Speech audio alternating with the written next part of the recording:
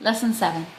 If you were to look up the words see and begin in your dictionary, you would probably find something like this. See, saw, seen, seeing. Begin, begun, begun, beginning. What are these forms?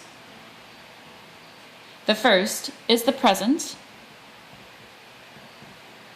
tense, then comes the past tense, which is saw and begun. Next is the past participle, which is seen and begun. Finally, we have the present participle, which is seeing and beginning.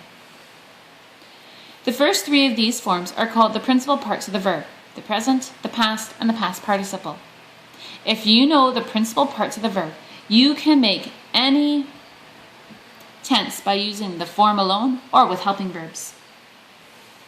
The principal parts of the verb are the present tense, the past tense, and the past participle. There are several thousand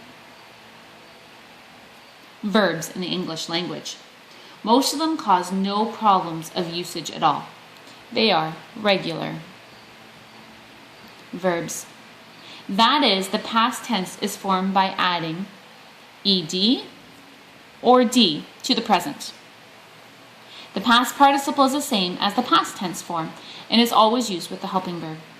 So, we have talk, talked, have talked, print, printed, have printed, crawl, crawled, have crawled. There are a few commonly used verbs, however, whose past forms do not follow this pattern. They're called irregular verbs. You can find a list of these irregular verbs if you click on the link on your assignment. The past participle is always used with helping verbs. In using irregular verbs, remember two important things. First, the past tense is always used by itself, without a helping verb. I gave him the book. The past participle is always used with a helping verb. I have given him the book. It may help to learn the list saying have in front of each past participle. Then you will not confuse the words in the last two columns and say he seen it or he done it.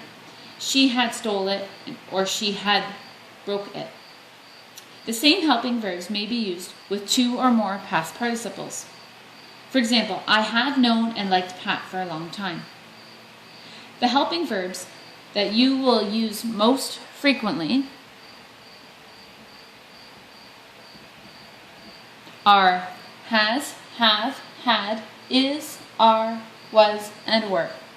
There is no exercise for this lesson, so you may go get your exit quiz from your teacher.